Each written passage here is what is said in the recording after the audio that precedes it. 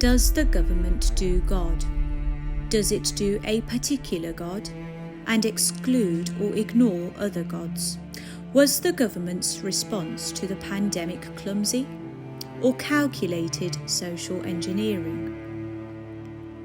Were imperial habits not dying down in the Tory party, or is faith just not important enough? Are religious groups the problem?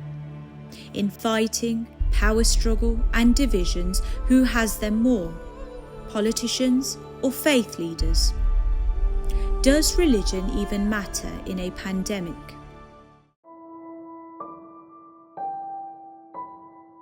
There was a lot of fear-mongering straight away. I think before mosques, before churches, before mandirs were closed, people started looking at closing Gurdwara first. Before there was any restrictions put on any place of worship or social clubs or leisure centres or anything like that. Your typical uncles forwarding, dekho ji band karo Gurdwara, doctor kande band karo. So we came under a lot of pressure to act before there was real evidence or before it was even mandated by the government. And then often smaller Gurdwara look up to you saying, well, what are you doing? Our Sangat's telling us to do it, you need to do it as well. And so it becomes a vicious circle, almost like a death loop where we have to do something because we have to do something. I saw two types of committee members that were completely putting the community at risk, or free, let's say free types. The first type was that had no understanding of what was going on, right? They were vulnerable themselves. So their kids, their grandkids wanted to protect them and they just stayed at home. No involvement. That leaves a void. Who's going to run the Gurdwara if, you know, the secretary or the president? And that's what we had in many cities. They were not coming to the Gurdwara. They were not, you know, able to use Zoom or the other platforms. The second group that you had was, you know, we know a lot of our parents, grandparents, when they went to pubs in the early days, they used to wear ties and suits because they wanted to fit in. Because essentially the government is saying something. We don't fully understand what the government is saying. We don't even understand what COVID is. We don't actually know how to keep our community safe and what's reasonable and what's not. We are completely dismissing the fact that there are hundreds of old people. We have widowers, both male and female, of elderly age, that rely on the Gurdwara Sahib for food, for a social setting, for their mental health and well-being.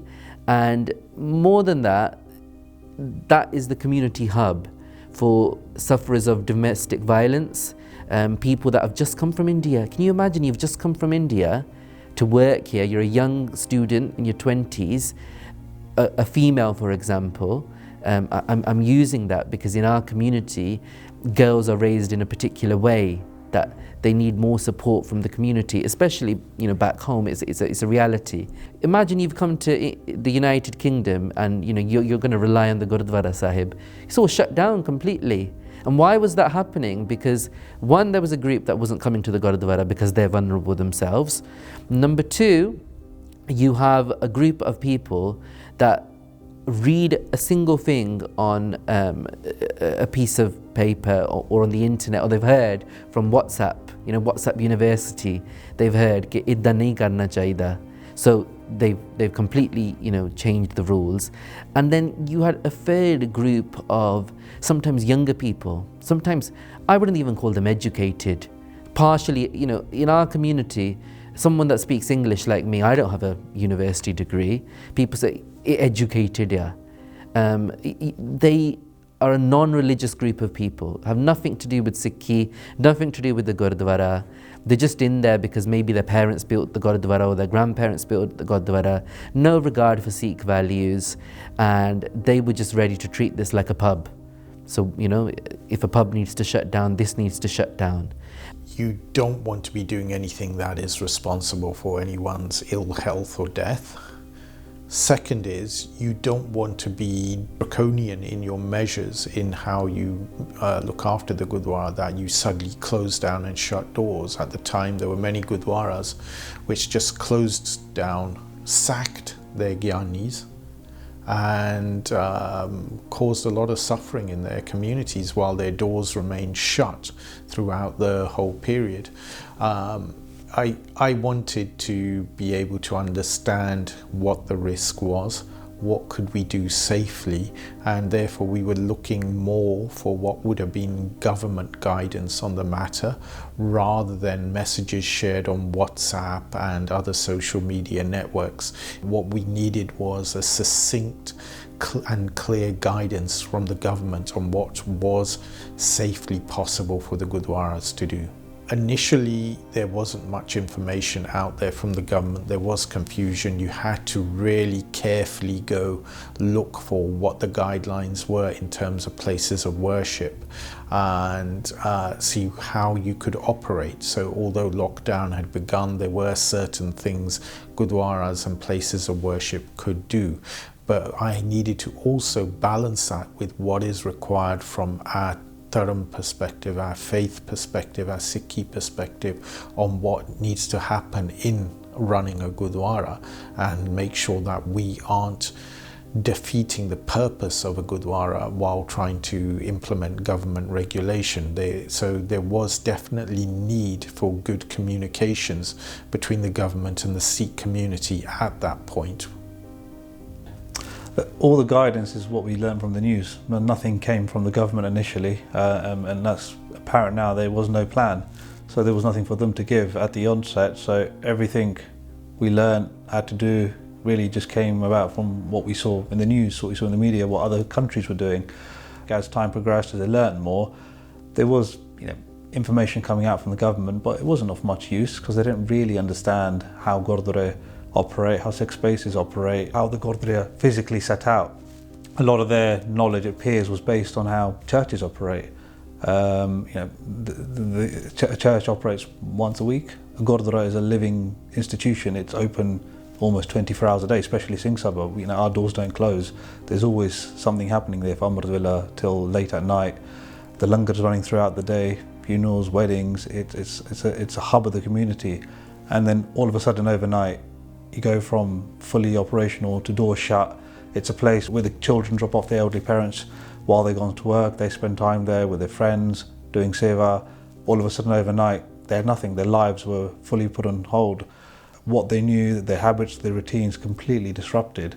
So none of those considerations came into how the government was setting the rules because they didn't understand how Gurdwara work. For example, singing of hymns. Now, singing Kirtan, doing Katha is very different to the way hymns are sung in a church. All the guidance that the government gave was really based on choirs singing where big crowds stand together, sing loudly. Kirtan sung on stage, you can set a little bit apart, you're singing into a microphone.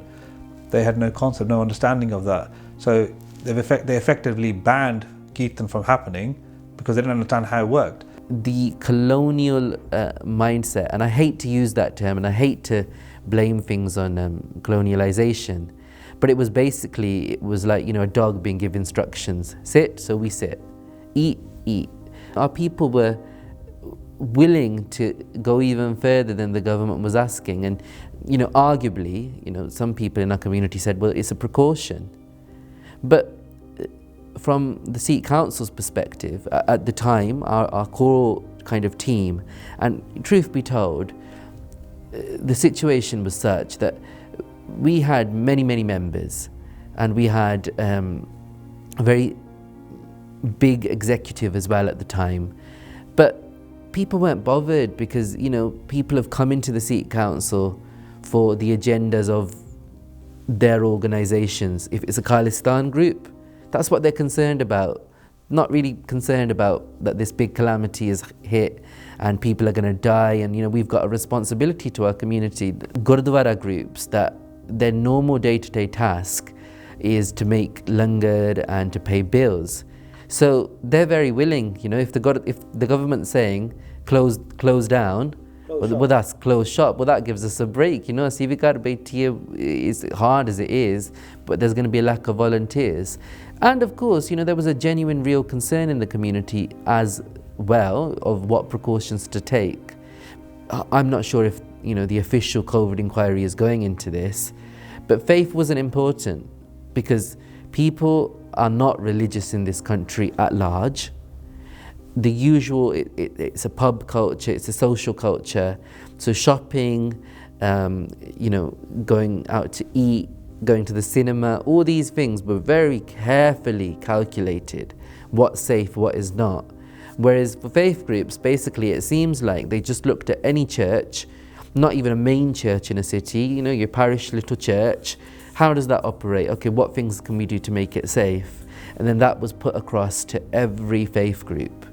At the start of the pandemic, we had some Sikh doctors advocating pushing to Gurdwara to close. Fortunately, we still have some doctors in the community who understand how Gurdwara work, who are trying to work with us to find safe ways of operating. They understood, the government didn't have a clue what they were doing, so we had to depend upon ourselves to find ways to ensure Gurdwara could operate safely. There's a great example with us in Southall. Dr. Rai, who's a member of our Sangat, put us in touch with an old colleague of his, Professor Jimmy Whitworth. I think he's a world leading expert on rare diseases and viruses, and he had a very good understanding of corona. And when he listened to how and saw how Gurdwara operate, from simple things, how prashad is given out, how matha is taken, how we do darshan, how langar is made, served, etc. He gave really practical ways to show that actually we can carry on running Gurdwara very, very safely, and a lot of the things that the government was telling us to do, or some Gurdwara decided to implement on their own accord, things like temperature checks, you didn't need to do. We were just creating unnecessary burdens and hurdles for the Sangat just to give the perception that we're trying to do something. It wasn't very well thought out. So that one example of where we worked with the right people who understood how Sikh spaces operate, we were very, very quickly able to ensure Gurdwara can now operate safely within the rules of the law, within the rules of keeping people safe, without doing unnecessary pointless things. A lot of Sangat are attached to doing Guru Granth Sahib Ji's darshan, and their part of their life is, without doing the Guru's darshan, they don't even eat. We found, Matavas, our mothers sitting on the steps of Guru Nanak Gurdwara Smadhi, crying in the mornings, saying that we want to go inside. We need to do darshan because we can't continue. We can't eat, we can't X, Y, and Z, because without the Guru's darshan in the morning, and there's so many Sakya, and we learn these, we teach these within the Gurdwara, where they are good Sikhs that without seeing the Guru in the morning, they wouldn't talk, they wouldn't eat, they wouldn't start their daily practice without doing the Guru's darshan. And by taking that away from someone, that's thrown the whole world into turmoil. To say, what do I do now? Do I stop being a Sikh? Do I stop practicing what I've been practicing for the last 30, 40 years? We had a duty, obviously, to make sure we're compliant with the law, but more importantly, we're compliant with what our Guru said. The Gurdwara never closes. We look back to what happened at the Sir Sahib, and Guru Sahib crossed over with the Pravar. Asa Divar still happened, and that was the inspiration, that we would never let the Gurdwara close. We'd always allow Sangat to come and do darshan. Even it meant we had to work within the spirit of the law, but finding ways for the Sangat to still carry on coming and doing darshan. How can you separate the Sikh from the Guru? It's inseparable. So having the support of members of the Sangat pushing, saying whatever happens, please don't close the Gurdwara. And we were under a lot of pressure, not just from the authorities. I still remember days when the police would come outside, usually in unmarked cars. They'd observe Sangat coming in within the rules, within the spirit of the rules. We're letting them do darshan, but the police would be watching. Then I'd get a call from senior officers saying, what's going on here? We'd have to explain, well, this is an integral part of their life. We can't stop a Sikh from doing darshan of the Guru. They're coming in to help the community. Most of them are going to do darshan, but they're also going to go and do seva in the langar to make the food that we're now sending out, not to just those in need, but also to the emergency services. But the harder part, it wasn't the authority, it was actually members from our own community, senior people within our own community, especially our local Sikh leaders, who either for not understanding or wanting to appease authorities, they were putting pressure on us. Gurdwara band karo. Why are you letting Sangat in? Why are you letting them coming in to do darshan? That was the sad bit. There was one occasion where I remember a senior member of our community coming to the Gurdwara and physically shutting the gates, saying, "Nahi, assi aun nahi deni Sangat."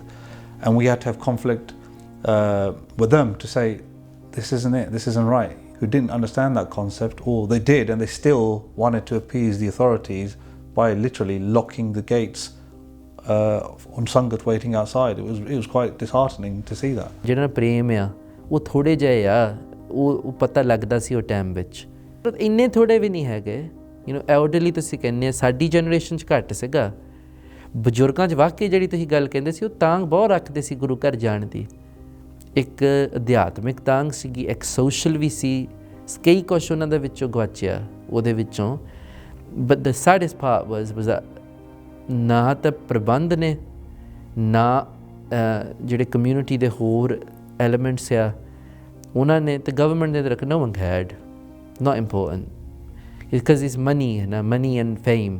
ਜੇ ਪੈਸਾ, ਜੇ ਤਾਂ grant ਇਹਦੀ ਮਿਲਦੀ ਹੁੰਦੀ ਤਾਂ ਆਪਣੀ ਜਾਨ ਵੀ ਖਤਰੇ ਤੇ ਲੋਕਾਂ ਨੇ ਲੈ ਲੈਣੀ ਸੀ।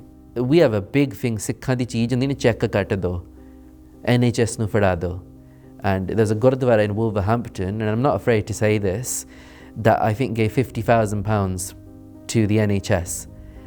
That's like a drop in the ocean. That's a speck in the ocean. The NHS has a budget of billions. Do you really think your 50,000 mattered? All it did was that a Gurdwara Sahib, I don't know, what's your budget, what, 2 million?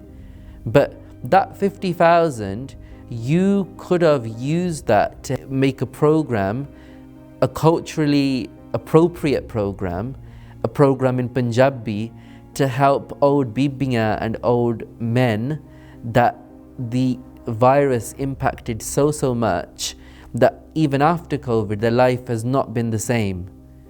Their health deteriorated so much. We needed occupational therapy at the time because people weren't doing exercise. ਆਪਾਂ ਕਹਿੰਦੇ ਨਹੀਂ ਲੋਕੀ ਘਰ ਵਿੱਚ ਜੇ ਤੁਸੀਂ ਬਹਿ ਗਏ ਤਾਂ ਬਹਿ ਗਏ। And that happened for so many siane. People didn't just die of COVID. Do you feel that the leadership at the time of Gurdwara is, let's say as such, did certain things just for PR? They did disservice to the community. They did absolute disservice to the community. Gurdwara gives them a mental stability that, just being able to come here, it gives them that platform, that foundation that allows them to continue in their lives. And without that, there was risks of, marital disputes happening, people not really getting frustrated at home, putting families at risk, putting children at risk, because the Gurdwara is a foundation where people get their morality.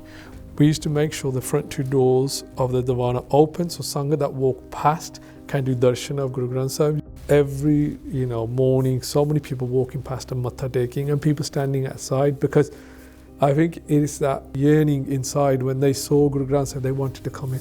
Why can't we come in? Just open the door for 5 minutes. Just let me come in. Just a couple. I'm just gonna quickly go in matha take, and I'll be walking back out. I won't see anyone. I won't. But the restrictions were there. What could we do? We were finding £10, £5 stuffed under the door of the frame of the Gurdwara as well. And what we decided to do was, I think the Gurdwara put a money collection box outside. We worked out ways of safeguarding the Sangat with the restrictions that were put on us. So finding ways we can practice and safe practice throughout the day. A lot of Gurdwara took it to the extreme where they would stop certain practices. Langar was okay to give out to people in the community, but some Gurdwara couldn't find a safer way of distributing langar within the Gurdwara. We had a very, very good, strong team. There were people coming in hourly to do seva of cleaning, hourly changing to distribute prashad, even with our Granthi team, wiping floors, wiping services, wiping handles. When we first started, I think we were doing it every 15-20 minutes. On a Sunday, I think they were doing it every 5 minutes. On a weekend, we have thousands of Sangha coming.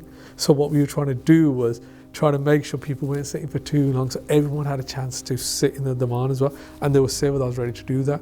And the fallback from the Sangat was Sangat actually coming to G&G Smeding, thanking the committee, thanking the sevadars for putting systems in place so they could come and do darshan.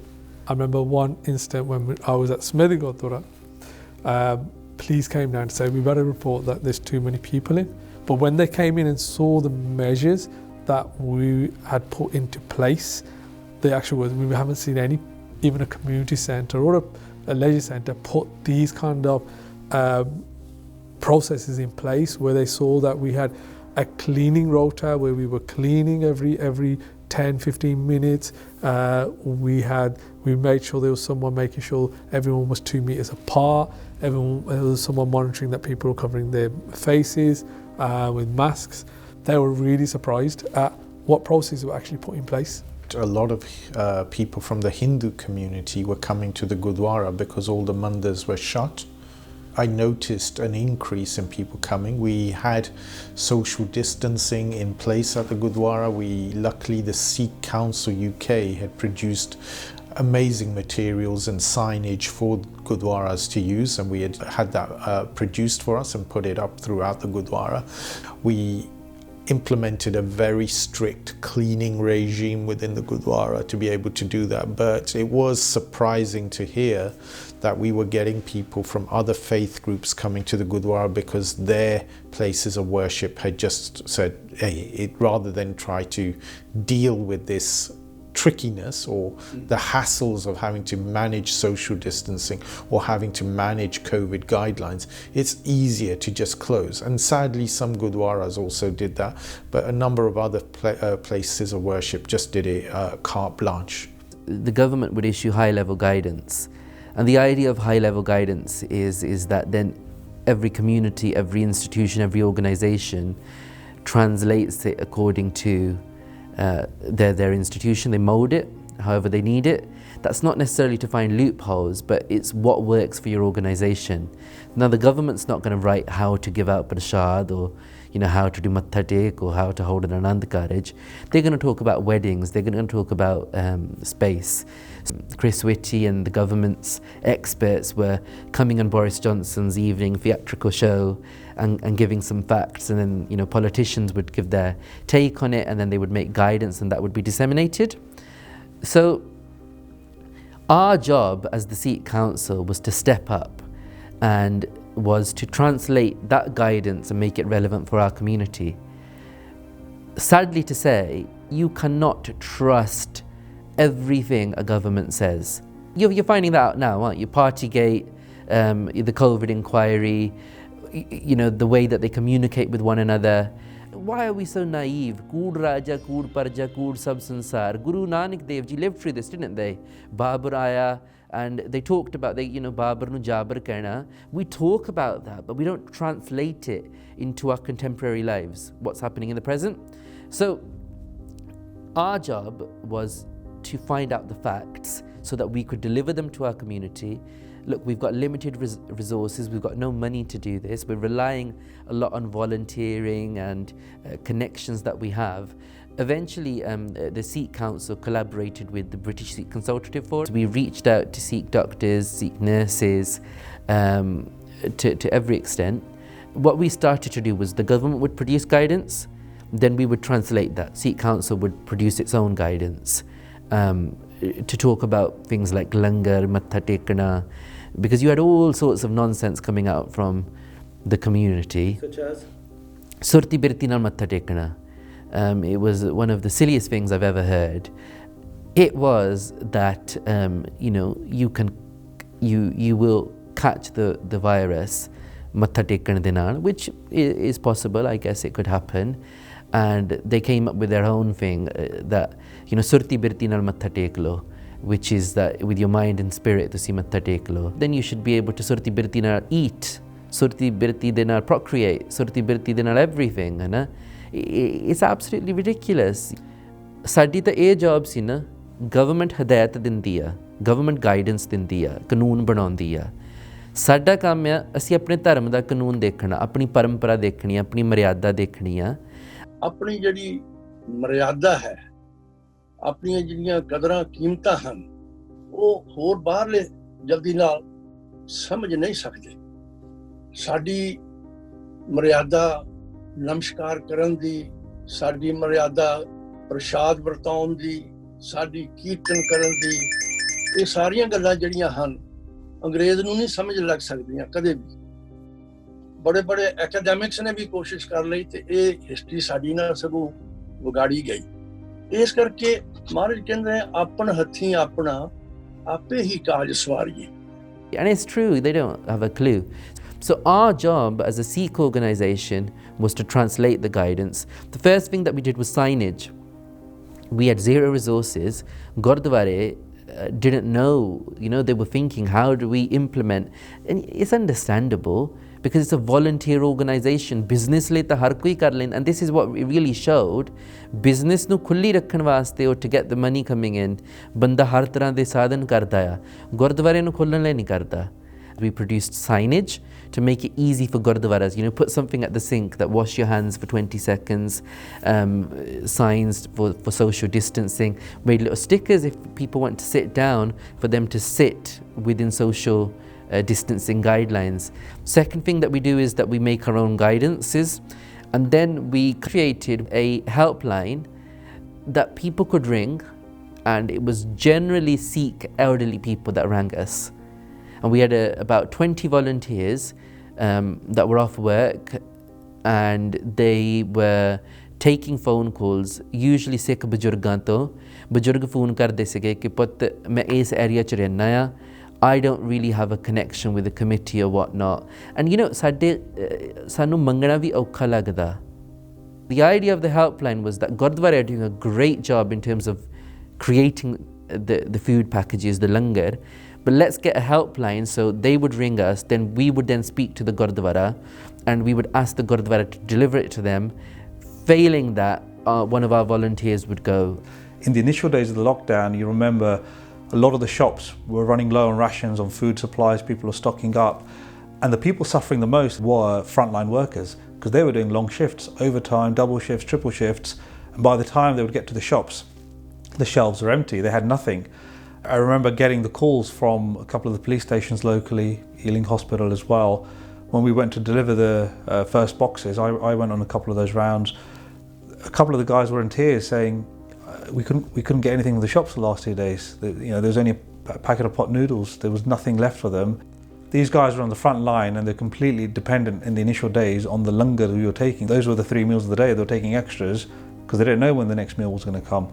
What came as a shock to us was the number of people, not just from the Sikh community, but from every background, of faith, no faith, were the number of elderly people living on their own who prior to lockdown could manage, but now all of a sudden they had no friends, they had no family, they had no sadhan or car or getting to the shops, there were no takeaways, there were no deliveries. Their survival was dependent on the Gurdwara. So some of our team set up an emergency response line. In the early days of lockdown, whoever you are, call us. If you're in need of medication or food, essentials, call us. Our team will come out and help you. And actually, in the initial days, the majority of people were non-Sikhs, or they were people from our community, but their family members. For example, a daughter lived in Birmingham and Manchester. They couldn't physically get back to their parents or their parent. Often it's people living on their own. The parents, the children were crying on the phone to us saying, please, can you go check on our parents? We can't get to them, we can't take them home, we can't get to them. They live on their own, they're completely dependent on others providing for them.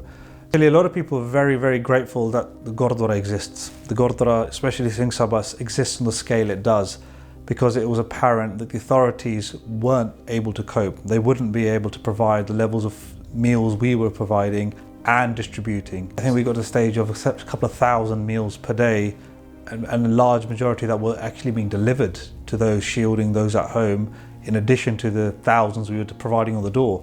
You have to remember, Southall you've got a big community of those who have come over from India, who don't have paperwork, who weren't going to get benefits, who are outside the system. They weren't going to get any support. So their meals was dependent on the Gurdwara. They didn't have jobs, they didn't have savings, they don't get benefits because they're outside the system. They're dependent on cash jobs. The survival was 100% dependent upon the Gurdwara. So in a way, the Gurdwara was an absolute lifeline for thousands of people, especially in Southall, and I know the case up and down the country. It helped emergency services, it helped people from other communities. We were venturing way outside our catchment area because many towns had nothing, they had no support, or they just couldn't cope with the volume. We're fortunate, we had a big langar hall, we got 2 Gurdwara. We've got a strong team of committed sevadars who are ready to put themselves on the front line and serve the community. This provided an opportunity for our Sangat to come in and do seva and connected them with the Gurdwara when other places were closed. But also we knew that if people were out of work, they may not have the money for food, and also with issues with supply chains and things, people were facing issues with feeding themselves. One of the things we did was we actually put a QR code on each meal we sent out. Each box had a QR code on, so someone could take their mobile phone, scan the QR code and leave feedback. The feedback was astonishing, to say the least. There was one which really just struck me, where a mother said, "Me and my daughter were able to eat today. Thanks to your Gurdwara, we were able to eat today." I read that and it touched me, because I take food for granted. We will never have to worry about food. We will never have to worry about sustenance. But reading that reminded me of an incident in my own family's history, where after partition, my great-grandfather and the whole family had just got up and left from the outskirts of Multan, where they were living, and they reached Amritsar with nothing. They barely escaped with their lives, let alone any possessions. And one of the words he said was, "I don't know how I'm going to feed the family for the next 7 days." It affected, I think, every single aspect of every minute of your life. We can see the effects of that from just families.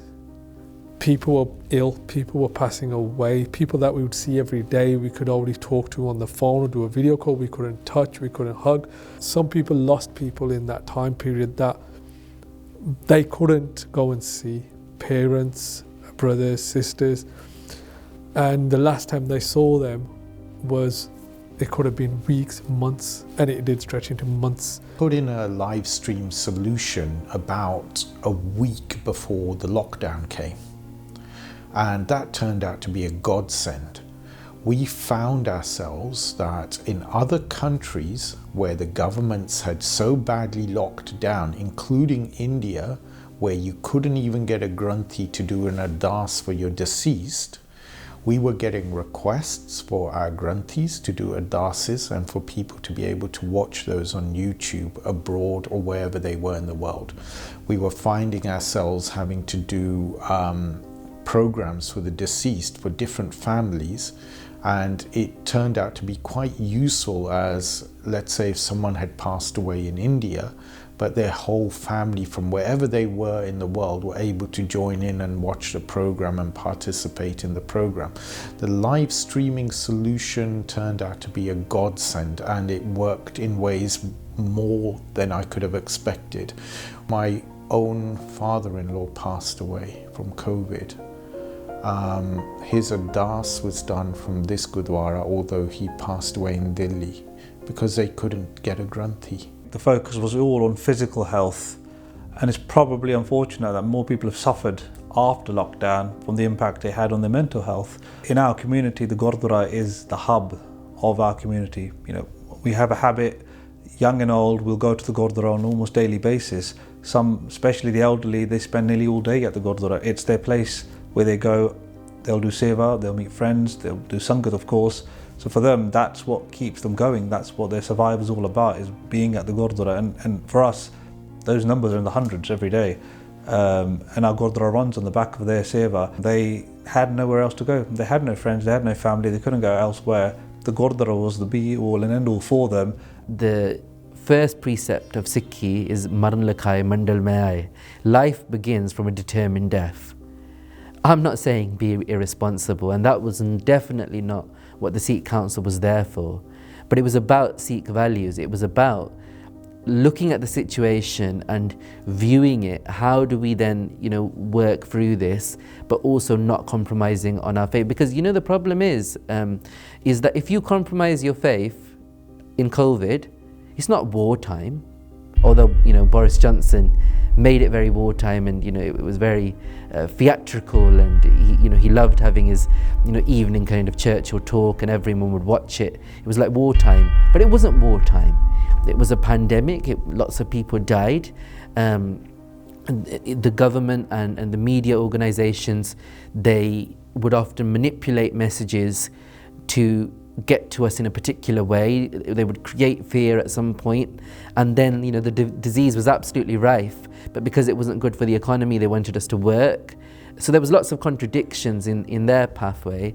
But in terms of Sikh values, the ridiculous part of it was that the people for the last 40 years that have been shouting Khalistan Zindabad, telling us stories of their involvement in the movement and how we should be fearless of death. At the first instant when the government said, people are going to die, this is how many people are dying, shut the Gurdwara down, you're being ridiculous.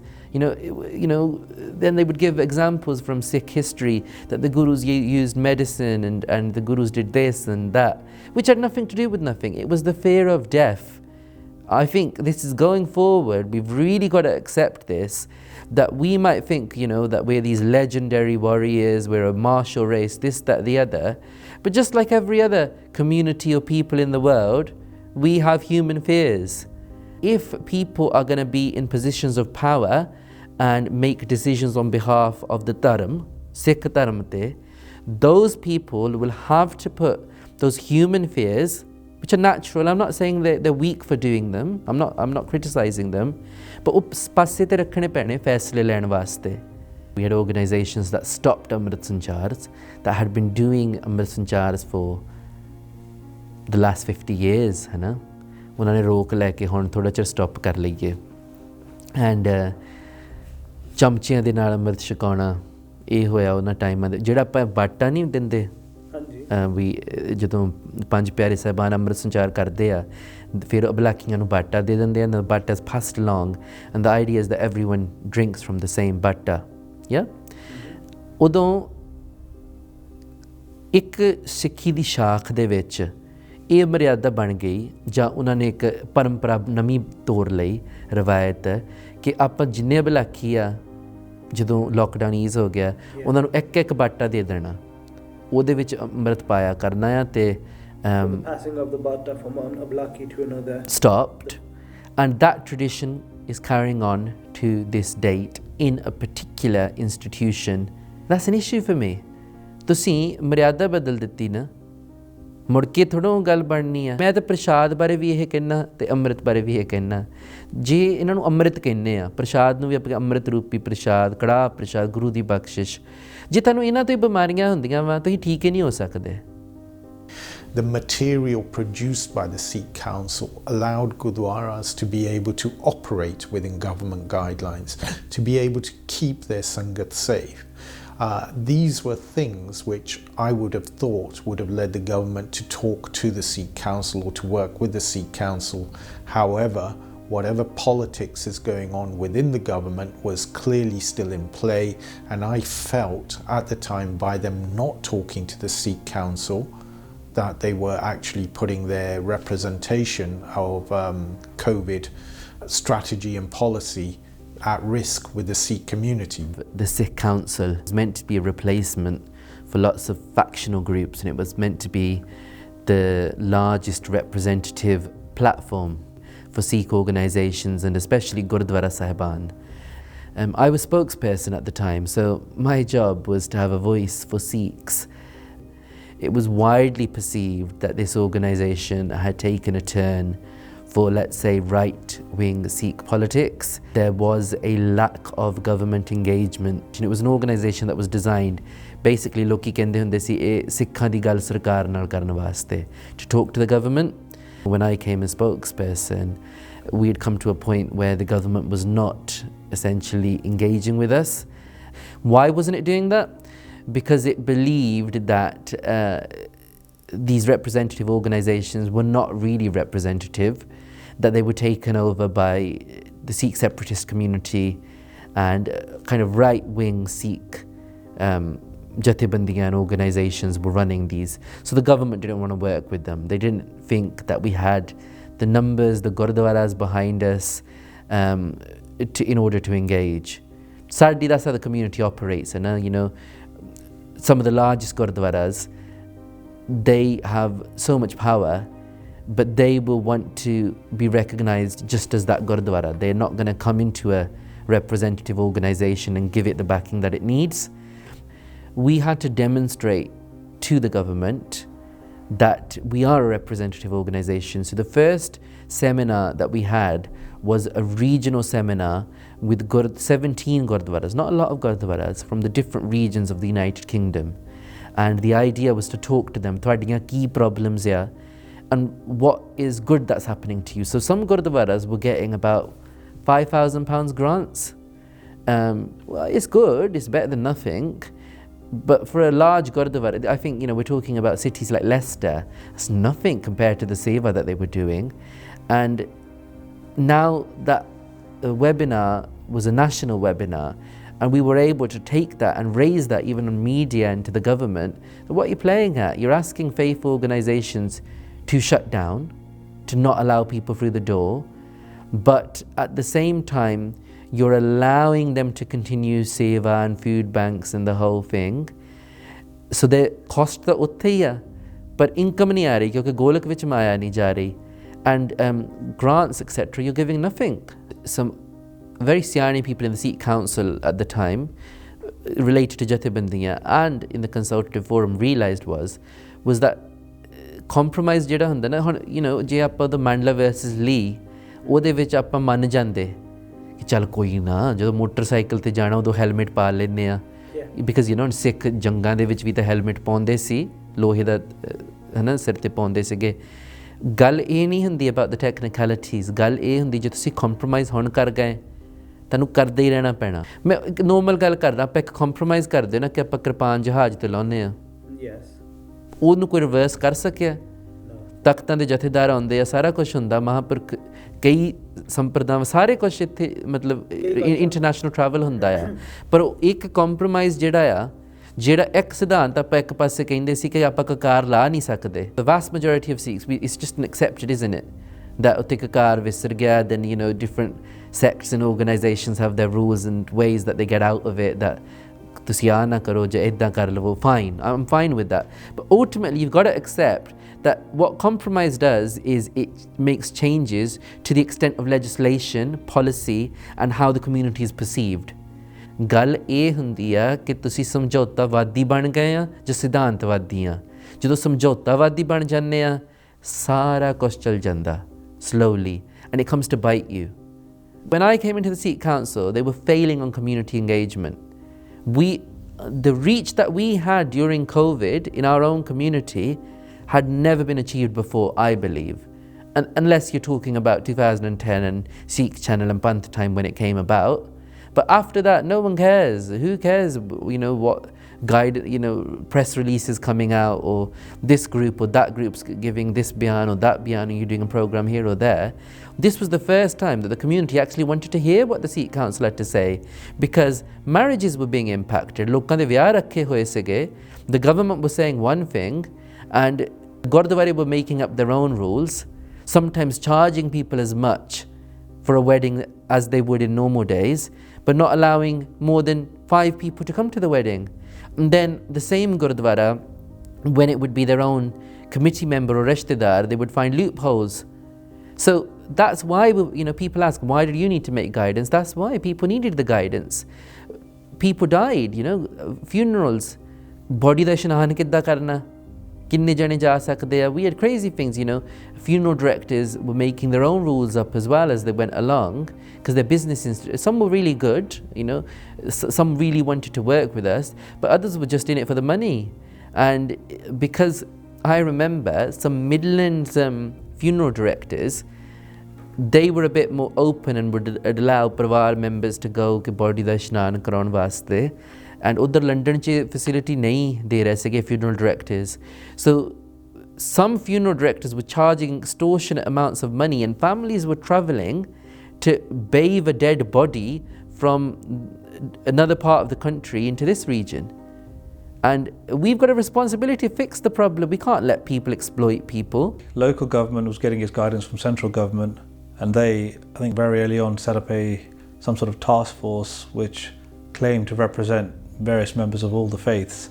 But when we looked at it, the initial representation didn't involve any Gurdwara. It was an individual with no links to the Gurdwara, which is unfortunate because the government has engaged with various organisations over the years. They're aware and familiar with all the different orgs. And then not to engage with them from the onset is probably what undermined confidence, trust in the government as a whole, but in what they were trying to do when it came to regulate how Gurdwara operated during COVID. The rules they would implement early on made no sense. It was clear that they weren't being driven by someone with knowledge of how Gurdwara operate, how our rasams are, how the functions within a Gurdwara happen. It's apparent today in the inquiry that's coming out of all the things that government get wrong, that was one of them. Failing to interact with the correct organisations at the right point probably caused more damage than it need to, both physically in terms of the restrictions and rules, but more importantly in the way government works with Sikhs. You've had the Bloom report, which is only added to that. It almost kind of shows that the government is playing lip service to wanting to engage with faiths because all the actions point to an opposite direction. There wasn't anything at all coming where there was two-way conversation to say, hey, you look after a Gurdwara, you know about a congregation, you know about how a Gurdwara works, can we tap into your knowledge? There was nothing like that at all. It appeared from the outset that the government had been talking to what they see as their chosen faith leaders. These are often people who are running organizations that don't have a brick to their name, they don't have a building, they don't manage a place of worship, they don't look after a congregation, a sangat. They have no experience in that, yet these were the ones who were advising the government. And that was very problematic. Advice was not just being given to the central government, but also to local authorities. Someone within the Sikh community had agreed to something with the Mayor of London, which said that all London places of worship will not conduct funerals. We had conducted a funeral within government guidelines around how funerals should be done, totally following everything to the letter of the law. And the following day, I found myself receiving a call from a prevent officer, treating me like I was a criminal for having conducted a funeral, for having helped a family within what the central guidelines was. And this was all because someone within the Sikh community who was an assigned faith leader had given wrong advice or agreed to something which hadn't been even disseminated or discussed with the Gurdwaras in London. I spoke to many other Gurdwaras in London. Have you heard about this? No. COVID revealed a massive flaw in how the government does faith, how the government works with the Sikh community, and even now that we're many years out of COVID, the problem with the government in how it does faith, how it interacts with the Sikh community still exists. We had a faith minister who, sadly to say, had little to do with faith, and I think he was just there. Faith engagement's not a big thing for the government. The royal family do a lot of faith engagement. You don't really need a faith minister. I'm not even sure who the faith minister is, and I'm someone that follows this very closely, religion and politics. But faith ministers usually have little relevance. The government gets pushback from faith groups or protest, and they're threatened with legal challenges as well, because there's the European Union Human Rights Convention, then there's UN freedom charters that allow us to do certain things, and certain faith groups were big on that and they were going to sue the government. So the government makes this task force, and the idea is to engage with different faith groups. There's no consultation on who they engage with, they just choose whoever. So task force is created, the government basically choose people, and I remember Dr. Rai uses the term at that stage, social engineering. Basically they chose people that they knew would play ball, and I wouldn't include the Archbishop of Canterbury in that. There were faith leaders that are very respectable and lots that challenged as well. For the Sikh community, we had Jasveer Singh of City Sikhs, who has a very extensive network a vast proportion of their membership, I'm assuming, and generally from what we see, is probably from the corporate world, professionals. The fundamental question is not about Jasveer Singh as a person or his beliefs and values. The big thing is that does city Sikhs have anything to do with Gurdwaras? Do they have anything to do with local communities, small Sikh communities, with the Sikh elderly, the Sikh vulnerable group? I don't really think so. Is he trained, or is that organisation trained in Sikh doctrine, Sikh philosophy? Do they have communication with the Akal Takat? Will what they say be acceptable to practicing and orthodox Sikhs? You've got to look at all of that when you choose and they chose the term faith leader. And it was this whole Boris Johnson kind of wartime theatrics, and he wasn't realising the damage and the risks of this.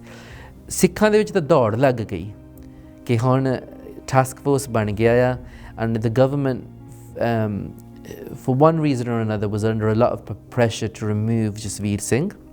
Eventually Jasveer Singh resigns himself. Sadly, he was subjected to a lot of hate and misplaced hate. The galta inni sigi, he was not a practicing Sikh.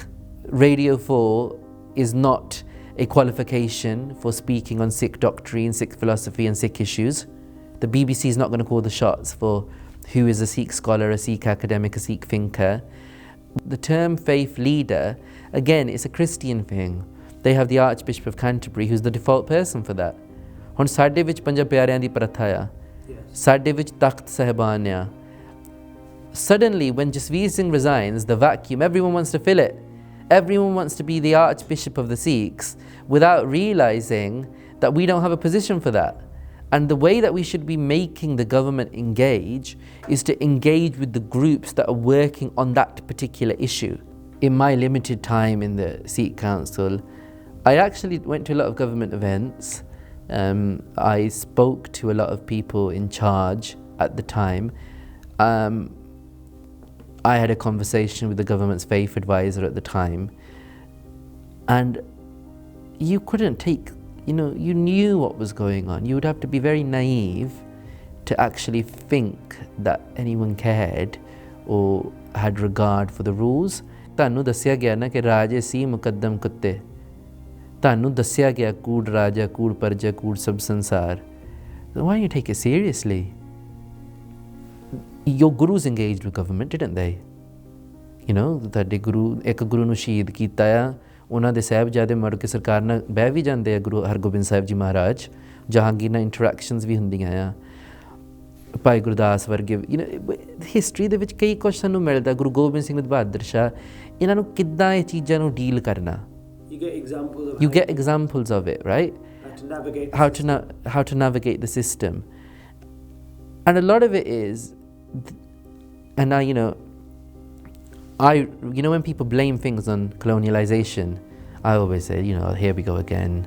But the truth is that the generation that's in leadership that is now coming to an end, ਤੁਹਾਨੂੰ ਇਸ ਸੁਭਾਅ ਪੈ ਚੁੱਕਾ ਆ to react to situations, to do the same things over and over again, right? So your defaults are either you protest or do conferences in Gurdwara and rip the government on a stage that no one can hear, where your voice is not heard, or you comply with everything for no reason. Or you have disguised compliance where you pretend and get caught out later. But the values are, in leadership positions, we have responsibilities to our community. Look, I stepped away from the Sikh Council. One of the reasons was that people people I had respect for, when I saw in COVID that ਉਹ ਜਥੇਬੰਦੀਆਂ ਵਾਲੇ ਇਹ ਕਹਿੰਦੇ ਆ that ਸਾਨੂੰ poster print ਕਰਕੇ ਦੇ ਦਿਓ, ਸਾਡੀ logo ਲਾ ਦਿਓ. I thought to myself, logo ਲਾ ਦਿਓ, are you having a joke? A lot of people said to me, you're there for personal recognition, or you're doing this or that. And I'm human. Everyone loves the attention and the personal recognition and whatnot. And ਉਹਦਾ ਵੀ ਇੱਕ ਨਸ਼ਾ ਹੁੰਦਾ ਆ. But you gotta wake up that it's not gonna last. Kise da nahi itthe last hoya. And the big part, even now for Gurdwara, etc., is there is so much potential of money, resources, and people power that we have, but we're not using it. We have an obsession to engage. Why do we need to engage all the time? The reason we need to engage is that so certain people can get around a table and wave to the rest of the community from a balcony, from a dinner party. That's it.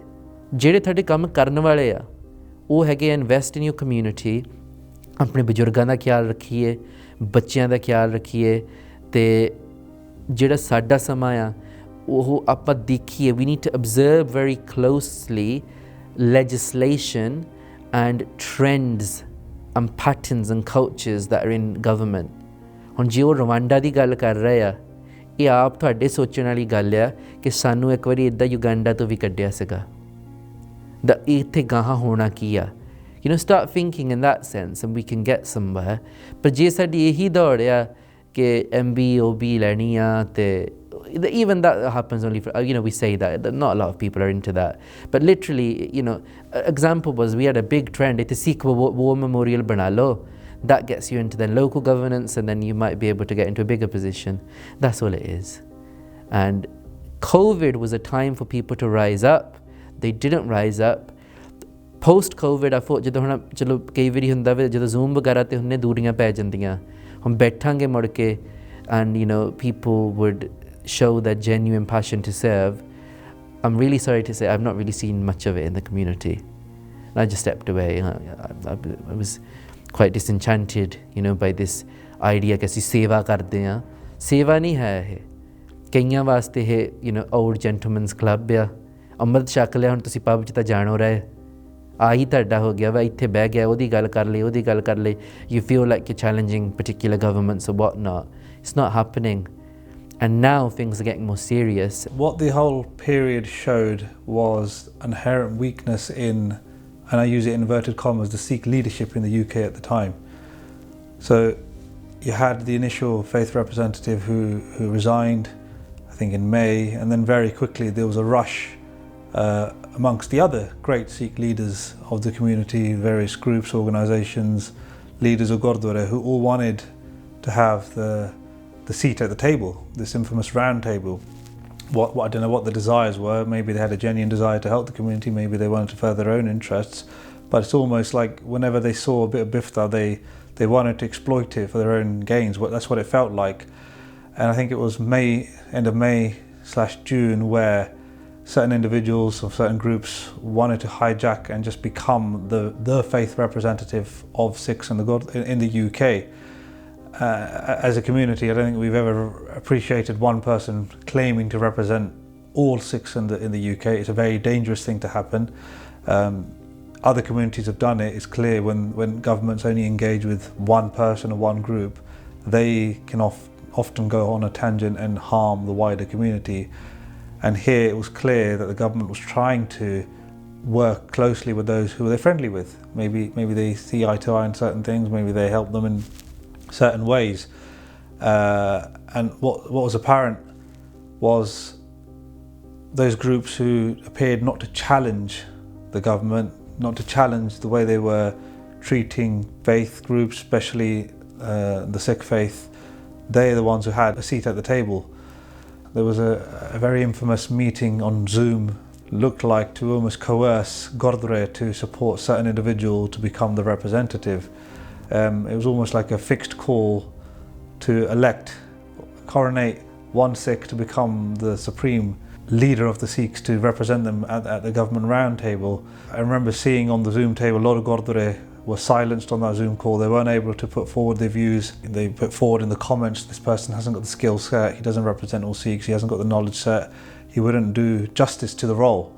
But politics prevailed. The individual managed to outmaneuver a lot of the other Gurdwara and got himself appointed as a representative of the Sikh faith. But it was quite funny because the government didn't let just one at the table. They just said, all right, anyone who happens to be a Sikh leader who we've got some dealings with can work with us. So I remember the first meeting of the faith minister, more or less had any Sikh who happens to be a little bit famous, maybe he's got a role in government or sits in the House of Lords, sitting there advising the government on how Gurdwara should be run. I think that first call had 10 or 15 people on there, all but 2 were involved with Gurdwara. So it's absolutely bizarre that the people giving advice on how to run Gurdwara have nothing to do with Gurdwara. And that was apparent in the advice that came out later on. The government just repeated the same mistake as before. They started trying to get advice from folks who had no experience in running Gurdwara, no experience of understanding how the Sangat operates, what the demands are on Gurdwara, on all the services that Gurdwara provides. So they just repeated the mistake. It alienated, frustrated, annoyed the Prabandhaks of most Gurdwara, and more importantly, it disrupted the Sangat. Things that could have happened had they had the right advice, the services we could have continued providing didn't happen because the right people weren't there giving the advice to the government. You could only judge by the output from the rules that are coming out that clearly the inputs were flawed. They weren't being told properly, or maybe they weren't able to convey the message, or maybe they didn't have it in them to defend the principles of how Gurdwara operates. Now, whether that was an inherent weakness in them or they just didn't understand, time will tell, but it was clear the rules that the government was setting was fundamentally flawed because they had a fundamental misunderstanding of how Gurdwara operate. Many Sangat members who happen to work in the medical profession were providing very sensible suggestions on how Gurdwara could safely operate. Simple things being, Gatha could continue. It's one person sitting on stage. It's not collective prayer. People could comfortably sit in the darbar with social distancing, listen to Katha without any problems. Doing Kirtan, again, it wasn't difficult because Sangat listens to Kirtan, they don't sing along. Some Gurdwara would go to one extreme of banning everything, shutting down services, maybe they didn't even do Sakastan or Prakash during the whole period, and then there were others like ourselves who wanted to carry on doing as much as we could, ensuring the Siddhant of the Gurdwara always being open was never affected. So it made life hard when you had these organisations representing Sikhs giving very mixed messages because the Sangat got confused. They would often come to us saying, look, the Nagag or this organisation or this council or that organisation saying this, but you're doing this. So it just created unnecessary challenges, problems, wasted time and energy. What should have been focused on keeping the Sangha together, coming to the Gurdwara was spent almost infighting between these groups for their own personal gain and interest. We did a webinar with the British Sikh Consultative Forum. Professor Whitworth came. Gurdwara had made a person because they weren't equipped to deal with the situation. So in every Gurdwara nearly, I saw a phenomena. It was either a committee person or usually a member of the Sangha, either a doctor or a nurse. COVID guru. COVID guru. So we had all these COVID gurus come. I asked Professor Whitworth, so gloves, are they hygienic? And will they prevent the transmission of the virus? People like to hear it from a white person because Maryada and Parampara and all of these things are backwards. So when they heard it from Professor Whitworth, it was a revelation to many people. And I know this because we run a food business for a livelihood, that wearing gloves is not a substitution to washing hands. If you wash your hands properly and you wash your hands bar, you're more likely to not transmit the virus. If you have gloves for a prolonged period of time, the likelihood is, जो तुसी प्रसाद then लगे हैं, जो किसी ने हाथ ला देता, जो कुछ इदा हो गया, what's going to happen? वो glove contaminate हो गया, and तुसी किन्ने लोकां नूं होर दोगे? It's not a substitution. जिहड़ा मर्यादा दे विच आ कड़ा प्रसाद देना, वो इदा है ना, from a distance, you drop. That's what it is, isn't it? एक वारी दे दित्ता नाले. And the prerequisite is that ਜਿਹੜਾ ਬੰਦਾ ਵਰਤਾਉਂਦਾ ਆ doesn't wear a ring. It's like a surgery, isn't it? ਜਦੋਂ surgery 'ਚ ਤੁਹਾਨੂੰ jewelry ਉਤਾਰਨੀ ਪੈਂਦੀ ਆ, ਉਤਾਰ ਕੇ ਚੰਗੀ ਤਰ੍ਹਾਂ ਹੱਥ ਨੂੰ ਆਪਾਂ ਸੋਧ ਲੈਣੇ, ਕਹਿੰਦੇ ਧੋ ਲਓ, ਮਾਂਜ ਕੇ ਉਹਨੂੰ ਵਰਤਾਉਣਾ.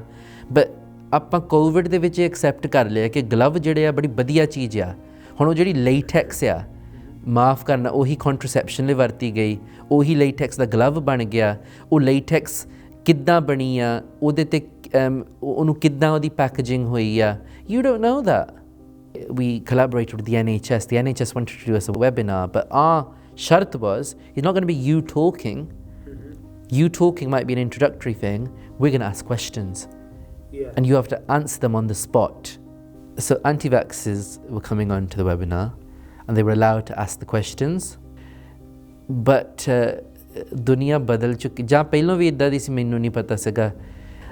We had a genuine concern from a sister, she was in the pharmaceutical industry, asking the NHS doctors that you're talking about vaccines, but how effective are they on our bodies, and what are the effects on the South Asian body and whatnot, and have you actually tested them and whatnot? So these are serious conversations above my pay grade and above my head as well, And I remember, genuine people were getting annoyed at us that, why are you supporting the NHS and things like that. But our point was just to raise awareness, right? And to disseminate information. So I think we did a positive in that.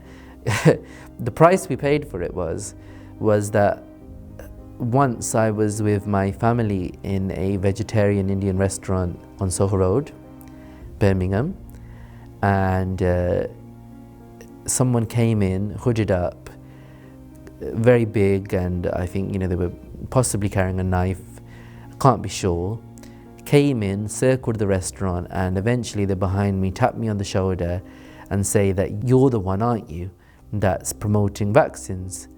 And I said, what are you on about? We did a webinar, and it got very, very aggressive to the extent that it seemed that things could get volatile or violent.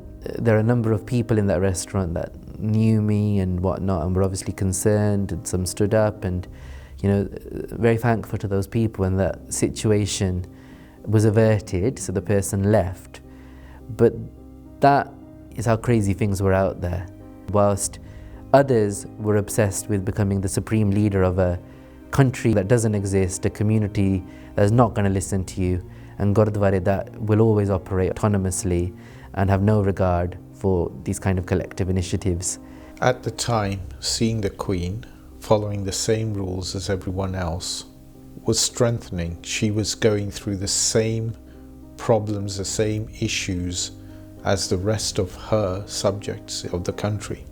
When it became known as what had happened with Partygate, that really tore at the heart, because the Queen is a head of state. She followed the rules, yet her government didn't. Her government considered itself aloof of the rule. If you cannot trust your government, who can you trust? We have a democratically elected government, but if they're not playing by the rules that they set and create, what's the point of government? If there's no governance on them, that they're aloof to it, they don't have to follow it, well, what other rules are they breaking? It's caused a total loss of faith in the government, just by ordinary people, by people throughout the country, by the faith communities too. Guru Sahib has made us as almost an azad community, that we shouldn't ever be dependent on anyone. And that inferior complexity that some of our community has in us is what has kept us back, what harmed us during this period. And what's coming out now is apparent in the inquiry of the government is just people. Those people who lacked morals, lacked judgment, lacked foresight. And it's clear with all the scandals, whether it's Matt Hancock, whether it's the PPE scandal, that these humans who are impacted with the Vishivikar, they're the ones who are making the decisions for us. So as people of faith, we were looking to people of clearly no faith to tell us how to live our lives. Faith groups were ignored by the government, and it felt like we were being used. It was like a willingness to be used, because we knew we were doing good and that's what we're there for, but it caused a massive loss of faith in the government. Faith is an important word. If people don't have faith in the government, that's a problem. One of the, I suppose, the positive things that came out of the whole period was actually a lot of young Sevadars came to the Gurdwara who wouldn't often come, especially UK-born Sikhs who often, you don't find them in the langar, you don't find them in the kitchen, you don't find them washing pande, because they had time and they had this almost calling to come and help the Gurdwara. A number of Sevadars actually grew. We were recognised in the UK. Singh Sabha Salfa won the Queen's Award for all its efforts during the pandemic, whether it's through serving langar, helping with the vaccine rollout. We were able to almost nourish a new generation of Sevadars who joined with the Gurdwara. Many folks kept their case on the back of it, many folks who've gone on to take Amrit as a result of it. So it's transformed the lives of many people, even though it impacted many at the time as well. Out of the dust of COVID was coming the Colin Bloom Faith report, How Does a Government Do God? This was an interesting point where things could have got corrected. It was clear during COVID how the Sikh community was treated was not right. Instead, the Bloom report was used as a method of defense and to vilify the Sikh community. My view is the government doesn't do faith. The government waves a flag of faith, but it doesn't do faith. Sikhs are starting to be looked at in a different light in certain aspects, a community to be wary of who they are and what they support and what they do. We've always been the most opening and caring community, looking out for people, looking to help people, feeding anyone that comes to us. We're not a missionary religion, we are open religion and we support other faiths. And to demonise us in certain ways in these reports is shocking. We're at a complete state of limbo. We've had reports written against the community, maligning it in a particular light. I think 2 years on, the biggest thing for me is it the community or is it the people that are in power or is it the nature? I think actually the root of the problem is the nature of the organisations. What I mean by that is that a lot of Gurdwara have come under the Charities Commission because they have to. Charities Commission ਦੇ ਵਿੱਚ ਇਹ ਹੁੰਦਾ trustees ਹੈ ਨਾ. It's like the trustees have absolute power.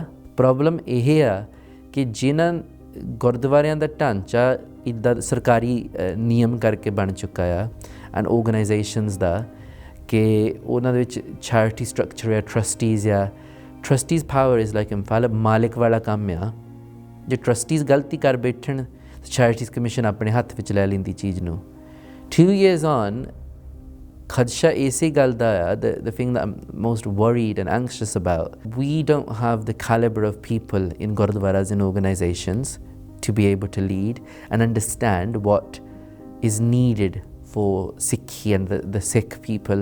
The same selfishness and self-interest that I saw, by that I just don't mean personal self-interest, but there's this kind of thing that sadi jathebandi chamk jave, sadi organization chamk jave. No one cares. They think every Sikh organisation is the same, every Gurdwara is the same, every style of bag, a turban is a turban. They don't care. We need to get better at bringing the right type of skill set for the leadership and training it to be equipped with the challenges of the modern world whilst not compromising Sikhi Dharam and Sikhi Siddhant. I don't think we'll be able to do that in this generation, frankly. Particular communities are really good at having people active in politics and law. Sadda ki inda councillor ban jo, MLA ban jo, MP di chon vich ehi nahi hundi politics, ehi nahi hunda power vich rehna. It comes from a particular mindset, a particular awareness. And je sadi awareness ehi ki reh gayi a ki dasam granth bani a ke nahi a, ਕਿਹੜੇ calendar ਨੂੰ ਮੰਨਣਾ ਆ ਕਿ ਨਹੀਂ ਮੰਨਣਾ ਇਹ ਤਾਂ ਤੁਸੀਂ ਕਰਨਾ ਇਹ ਤਾਂ ਆਪਣੀ ਕੌਮ ਧਰਮ ਦੀਆਂ ਗੱਲਾਂ ਆ ਨਾ ਧਰਮ ਦੇ ਲੋਕਾਂ ਨੇ ਇਹਦਾ ਧਰਮ ਦਾ ਕਿੱਦਾਂ ਨਿਰਵਾਹ ਕਰਨਾ ਤੇ ਉਹਦਾ ਲੇਖਾ ਇੱਕ ਦਾ ਰੱਬ ਨੇ ਲੈਣਾ ਜਿਹੜੀ ਪੋਲਿਟਿਕਸ ਹੁੰਦੀ ਆ ਚੀਜ਼ਾਂ ਸਾਰਿਆਂ ਨੂੰ ਕਲੈਕਟਿਵਲੀ ਇਫੈਕਟ ਕਰਨੀਆਂ ਸੋ ਉਹ ਫਿਰ ਕਲੈਕਟਿਵਲੀ ਸਾਰਿਆਂ ਬੱਚਿਆਂ ਦੇ ਵਿੱਚ ਉਹ ਚੀਜ਼ਾਂ ਨੂੰ ਸਾਨੂੰ ਲਿਆਉਣਾ ਪੈਣਾ ਮੈਂ ਆਪਣੇ ਵਿੱਚ ਬਹੁਤ ਵੱਡੀ ਘਾਟ ਸਮਝਦਾ ਪ੍ਰਚਾਰਕ ਵਰਗ these we had Sikh organizations and institutions our camps and our curriculums and our seminars and workshops we're just creating more of the same problem no difference honestly it doesn't take a lot maybe a group of 5 or 6 of us were able to navigate a lot of situations. We were allowed to basically say to the government, ਅਸੀਂ ਅੰਮ੍ਰਿਤ ਸੰਚਾਰ ਵੀ ਕਰਨੇ ਆ ਆਨੰਦ ਕਾਰਜ ਵੀ ਕਰਨੇ ਆ ਅਸੀਂ funeral ਵੀ ਕਰਨੇ ਆ ਅਸੀਂ ਗੁਰਦੁਆਰੇ ਖੁੱਲ੍ਹੇ ਰੱਖਣੇ ਆ ਇਹ ਗੁਰਦੁਆਰਿਆਂ ਦੀ ਮਰਜ਼ੀ ਆ ਕਿ ਉਹਨਾਂ ਨੇ ਬੰਦ ਕਰਨਾ ਜਾਂ ਨਹੀਂ ਕਰਨਾ ਅਸੀਂ ਗੁਰਪੁਰਬ ਵੀ ਮਨਾਉਣੇ ਆ ਕੀਰਤਨ ਵੀ ਹੋਣਾ ਕਥਾ ਵੀ ਹੋਣੀ ਆ it didn't take a lot and I think it's like they say the war room don't they when there's a situation you have a couple of members of government or different departments that get together. Honestly, think tanks are the way forward. Everyone that's smart undermines everyone else. तो साडे बड़ियां च भी ये गल सी और साडे च भी ये गल आ ਉਹ ਡਾਕਟਰ ਆ ਸੋ ਮੈਂ PhD ਵਾਲੇ ਨਾਲ ਹੀ ਬੈਠਣਾ ਆ ਫਿਰ ਧਾਰਮਿਕ ਬੰਦਾ ਕਹਿੰਦਾ ਅਸੀਂ ਚੋਲਿਆਂ ਵਾਲੇ ਨਾਲ ਹੀ ਬਹਿਣਾ ਆ। ਇੱਦਾਂ ਨਹੀਂ ਹੁੰਦਾ। ਫਿਰ ਅਸੀਂ ਐਡੀਆਂ ਵਖਰੇਵੇਂ ਪਾ ਲਏ ਆ। I'm not a big one on unity। ਮੈਂ ਕਹਿੰਦਾ ਤੁਸੀਂ ਲੜੋ, ਜਿੰਨਾ ਲੜਨਾ ਮਰਜ਼ੀ ਲੜੋ, ਇਹਦਾ ਨਹੀਂ ਕੋਈ ਗੱਲ ਹੁੰਦੀ ਆ। ਬਟ ਦ ਪੋਜ਼ੀਟਿਵ ਅਸੀਂ ਕੋਵਿਡ ਵਿੱਚ ਜਿਹੜਾ ਦੇਖਿਆ ਸੀਗਾ, few people we didn't even believe in the same thing। ਮੈਨੂੰ ਡਾਕਟਰ ਰਾਏ ਕਈ ਵਾਰੀ ਮੈਨੂੰ ਹਾਲੇ ਤਾਂ ਵੀ ਤੁਸੀਂ ਨੰਗੀਆਂ ਲੱਤਾਂ ਵਾਲੇ ਆ ਅਤੇ ਅਸੀਂ ਕਿਸੇ ਬਾਬੇ ਨੂੰ ਨਹੀਂ ਮੰਨਦੇ। ਪਰ ਸਾਡੇ ਕਈ ਵਾਰੀ ਜਦੋਂ ਵਿਚਾਰਲੇ ਬੈਠੇ ਆ, ਭਾਈ ਸਾਹਿਬ ਭਾਈ ਮਹਿੰਦਰ ਸਿੰਘ ਜੋ ਆਪ ਸੰਤ ਆ, ਉਹ ਵੀ ਬਹਿੰਦੇ ਸੀਗੇ। ਜਿਹੜੇ ਲੋਕ ਸੰਤਾਂ ਨੂੰ ਨਹੀਂ ਮੰਨਦੇ ਸੀਗੇ ਉਹ ਵੀ ਬਹਿੰਦੇ ਸੀਗੇ। ਸਾਡੇ ਗੁਰਦੁਆਰੇ ਦੇ ਪ੍ਰਬੰਧਕ ਕੁਛ ਬੜੇ ਸੁਚੱਜੇ ਸੀਗੇ, ਹਿੱਚਨ ਦੇ ਅਤੇ ਸਾਊਥ ਹਾਲ ਦੇ ਅਤੇ ਲੈਸਟਰ, ਕਈ ਜਗ੍ਹਾ ਤੋਂ। ਸਾਰੀ ਕਮੇਟੀ ਨਹੀਂ ਹੁੰਦੀ, ਇੱਕ ਅੱਧਾ ਬੰਦਾ ਹੁੰਦਾ। ਪਰ ਉਹ ਜਿਹੜੇ ਲੋਕ ਆ ਨਾ, ਆਪਾਂ ਨੂੰ ਇਕੱਠੇ ਬਹਿਣਾ ਚਾਹੀਦਾ, ਸੋਚਣਾ ਚਾਹੀਦਾ ਆ। There's nothing that we can't overcome। Ultimately, no one can play God. No one knew COVID was coming. When it came, it was underestimated. Fear and confusion surrounded our modern world. The government could not keep up with the virus. Policy and guidance were evolving at an alarming rate. Faith and religion, however, have been here since the advent of time. Statistically, the third sector is heavily supported by faith groups. Faith is a force for good. Would the impact of the pandemic have been different had government engaged with faith more positively? Or was this an opportunity to push the boundaries when it came to ignoring faith communities?